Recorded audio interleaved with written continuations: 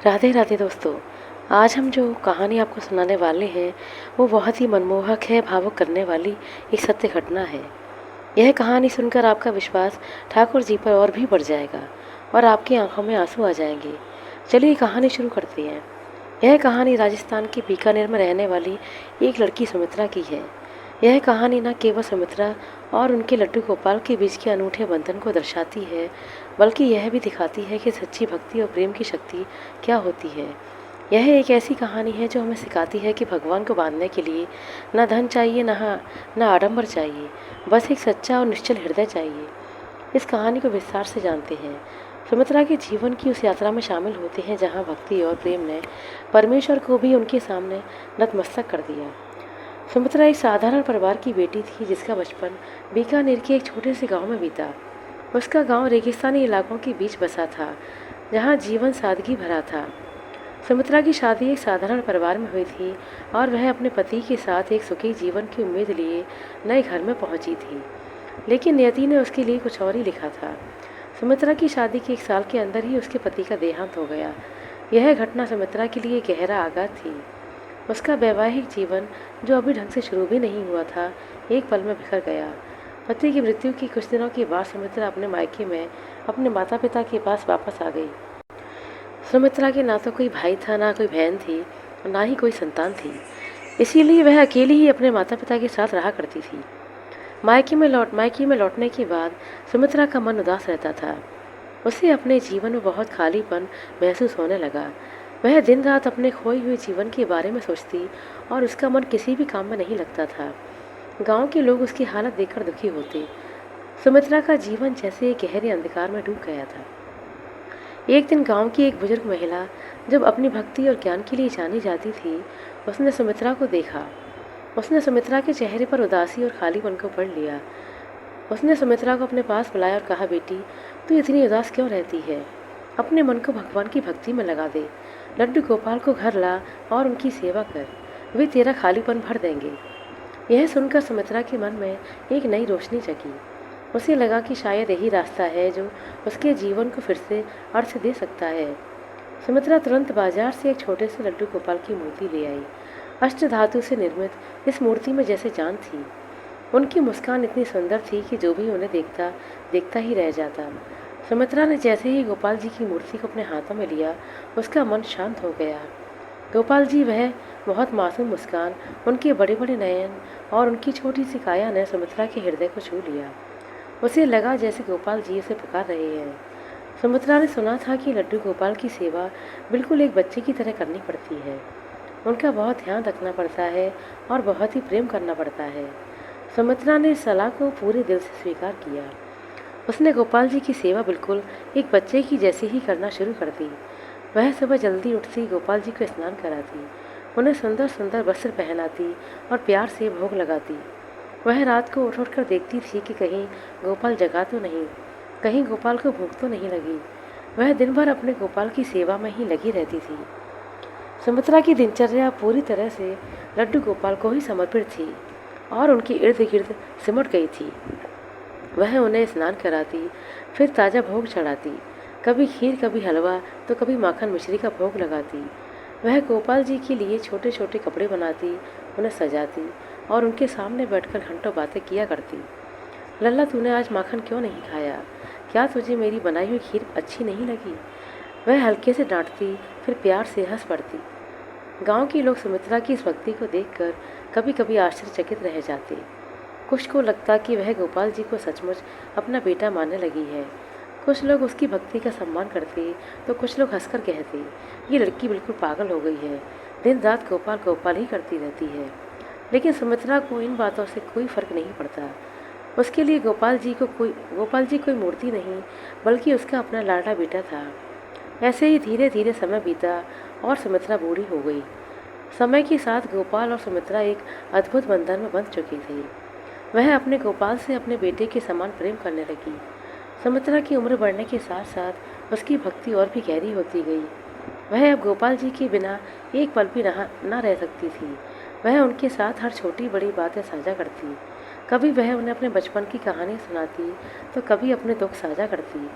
समय के साथ साथ जैसे सुमित्रा की माँ बाप की उम्र बढ़ी, वह यह दुनिया छोड़कर चले गए। अब इस दुनिया में गोपाल के अलावा सुमित्रा का कोई नहीं था। सुमित्रा के पिता अपनी लड़की के लिए कुछ पैसे रख के गए थे, उसी से उसका काम चल रहा था। और गांव में जितने भी लोग थे, वह हर तीज त्योहार पर कुछ न कुछ सामान या उपहार सुमित्रा को दे जाया करते थे। गांव वाले सुमित्रा का बहुत ध्यान रखते थे। कोई फल लाकर देता तो कोई मिठाई, कोई कपड़े लाकर देता। सुमित्रा और उसके गोपाल का गुजारा इसी तरह चल रहा था। वह अपने गोपाल से दिन भर बातें करती। अरे गोपाल, तू बड़ा नटखट हो गया है, तू मेरी बात ही नहीं सुनता।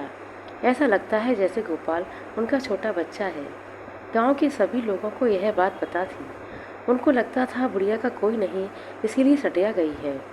दिन भर गोपाल के पीछे ही लगी रहती है, लेकिन फिर भी उनकी आस्था के ऊपर कोई सवाल नहीं करता, क्योंकि अब वह छोटी सी लड़की उम्रदराज हो चुकी थी। अब वह गांव वालों के लिए बूढ़ी अम्मा बन चुकी थी। एक समय की बात है जब सभी गांव वाले मिलकर प्रयागराज में कुंभ स्नान पर जाने की तैयारी कर रहे थे। कुंभ का मेला भक्तों के लिए एक पवित्र अवसर था। ऐसी मान्यता है कि गंगा यमुना सरस्वती के संगम में स्नान करने से सारे पाप धुल जाते हैं। गांव में उत्सव जैसा माहौल था। लोग घोड़ा गाड़ी, भोजन, अन्य जरूरी सामान की व्यवस्था में जुटे थे। ऐसे में किसी ने आकर बूढ़ी अम्मा से पूछा, अम्मा, हम लोग प्रयाग में कुंभ स्नान के लिए जा रहे हैं, क्या तुम चलोगी? यह सुनकर बूढ़ी अम्मा ने कहा, मेरा गोपाल तो कभी घर में अकेला रहा नहीं है, मैं जाऊँ तो कैसे जाऊँ?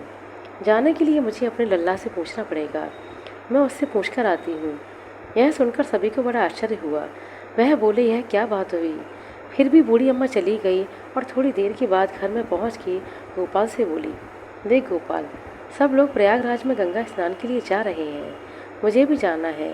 अरे कुछ तो पुण्य के काम कर लूँ, दिन भर तेरी ही सेवा में चला जाता है। कल को जब मैं भगवान के पास जाऊँगी तो क्या मुँह दिखाऊँगी? सुमित्रा ने गोपाल जी की मूर्ति के सामने बैठकर यह बातें कहीं। उसके मन में जैसे गोपाल जी बोल उठे, ना माँ ना, तू मुझे छोड़कर भगवान के पास मत जा। अब देखिए बूढ़ी अम्मा भगवान से ही बोल रही हैं कि भगवान के पास चली जाऊंगी। भगवान के प्रति उनका इतना प्यार और इतनी निष्ठा थी कि वह भूल चुकी थी कि जो पुत्र, जो संतान जिसे वह इतना प्यार करती हैं, वह स्वयं परमेश्वर हैं। और इस तरह से वह गोपाल से बोली, देख बेटा, मुझे ना प्रयाग में जाकर गंगा स्नान करके आ जाने दे, मैं जल्दी लौट आऊँगी और तेरे लिए खिलौने भी खरीद कर लाऊंगी। तू जिद मत कर, वहाँ बहुत ठंड है, मेले में बहुत ज़्यादा भीड़ होती है। तू ऐसे में छोटे बच्चे वहाँ जाकर क्या करेंगे? तू घर पर ही बना रहे, तू एक दिन घर पर रह जा, मैं जल्दी वापस आ जाऊँगी। सुमित्रा ने गोपाल जी से मनी मन बात की और फिर गांव वालों के पास लौट आई। उसने कहा, भैया मैं भी जाऊँगी तुम्हारे साथ गंगा स्नान करने। गोपाल मान गया है, वह घर पर रहेगा। सब लोग बोले, चलो ठीक है, फिर घोड़ा गाड़ी तैयार है, कल सुबह हम निकलेंगे। सुबह सुबह सभी लोग कुंभ के लिए निकल गए। वह लोग घोड़ा गाड़ी में बैठकर थोड़ी दूर गए थे, तभी बूढ़ी अम्मा जोर जोर से बोलने लगी, अरे भैया गाड़ी रोको, मेरा गोपाल घर पे रो रहा है, उसको भी साथ लाना है, एक बार के लिए गाड़ी रोक दो। घोड़ा गाड़ी अभी थोड़ी आगे ही गई थी कि बुढ़िया ने गाड़ी रुकवा दी।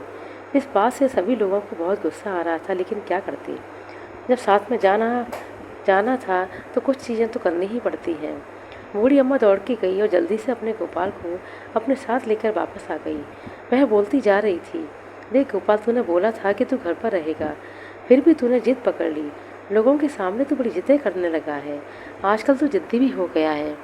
सुमित्रा की इन बातों को सुनकर गांव वाले आपस में कानाफूसी करने लगे। कुछ लोग हंस रहे थे तो कुछ लोगों को गुस्सा आ रहा था। एक ने कहा, यह बुढ़िया तो सचमुच सटिया गई, दिन रात गोपाल गोपाल करती रहती है, जैसे कि सचमुच गोपाल उनका बेटा है। लेकिन सुमित्रा को इन बातों की कोई परवाह नहीं थी। वह तो अपने गोपाल के साथ बातें करती हुई आगे बढ़ रही थी। इसी तरह बूढ़ी अम्मा पूरे रास्ते अपने गोपाल से बातें करती जा रही थी और सभी लोग सुन रहे थे। सभी को लग रहा था जैसे बुढ़िया पागल हो गई है। जैसे जैसे इनकी उम्र बढ़ रही है, इनका दिमाग खराब हो गया है। पर बूढ़ी अम्मा को इस बात से कोई मतलब नहीं था। वह तो अपने लल्ला से बातें करते हुए कब प्रयाग पहुंच गई, उसे पता भी नहीं चला।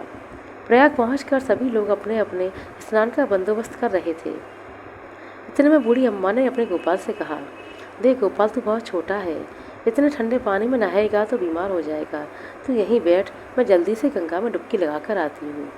लेकिन गोपाल ना माना। वह बोला, ना अम्मा, मुझे भी नहाना है, अब क्या करें? गोपाल तो कोई सुनता ही नहीं। यही सोचकर बूढ़ी अम्मा उनको लेकर गई और गंगा में अपने साथ 3 डुबकियां लगा लीं। ठंडे पानी में 3 डुबकी लगाने के बाद गोपाल थर थर काँपने लगे।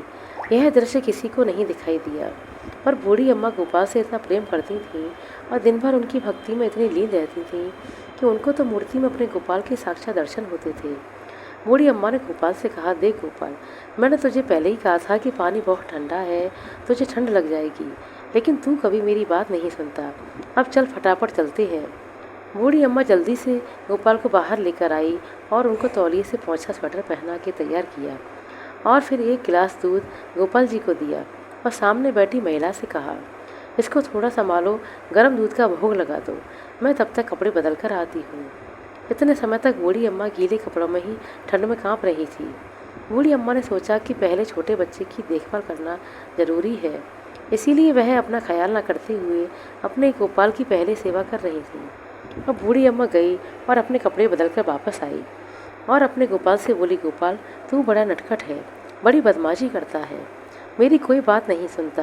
बाकी बच्चे भी तो आए हैं, कोई भी बच्चा तेरी तरह जिद नहीं कर रहा, सभी बच्चे अपनी माँ की बातें सुन रहे हैं, लेकिन तू कभी मेरी कोई बात नहीं सुनता। बूढ़ी अम्मा इसी तरह से गोपाल से बातें कर रही थीं और बाकी सारे लोग उन्हें देख रहे थे। वह सोच रहे थे कि इस बुढ़िया को पता नहीं क्या हो गया है।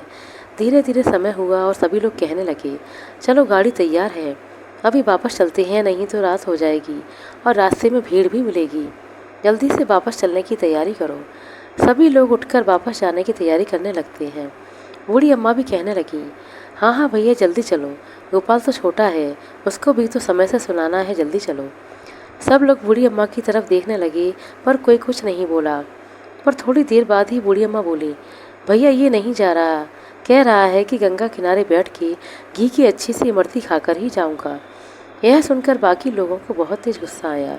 लोग बोलने लगे, यह तुम्हारा गोपाल बोलता भी है, तुम्हारा खुद का खाने का मन कर रहा है और तुम गोपाल पर नाम लगा रही हो। यह सुनकर बूढ़ी अम्मा को बहुत दुख हुआ। वह गोपाल से बोली, देखा लोग कैसी बातें करते हैं, तेरी वजह से यह लोग मुझ पर विश्वास नहीं कर रहे। अब चल फटाफट उठ और जिद मत कर, घर चल के तुझे इमरती खिलाऊंगी। पर गोपाल भी कहाँ मानने वाला था। ना अम्मा, मुझे तो यहाँ पर घी की इमरती खाकर ही जाना है। अब बूढ़ी अम्मा क्या करे।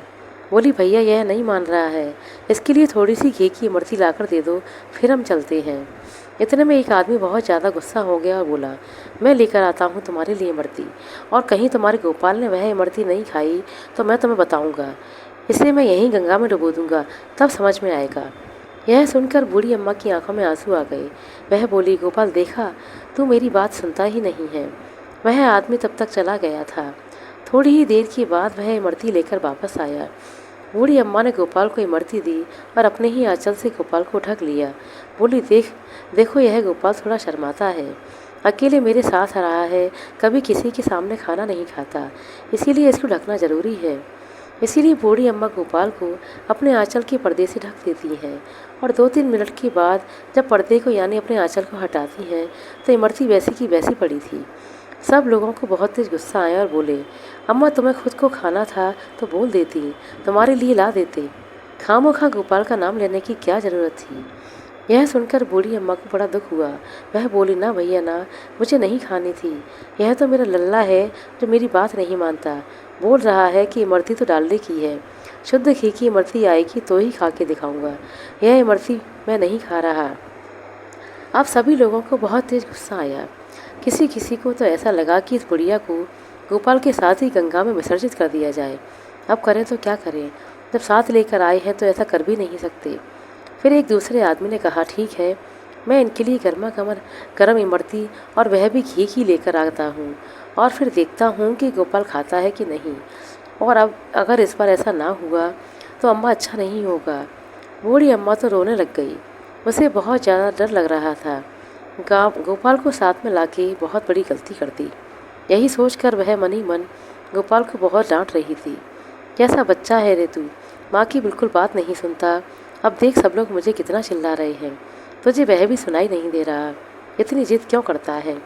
क्या घर में मैं तेरे को भोग नहीं चढ़ाती, क्या घर में तेरे लिए अच्छा खाना नहीं बनाती हूँ, फिर ऐसा क्यों करता है तू।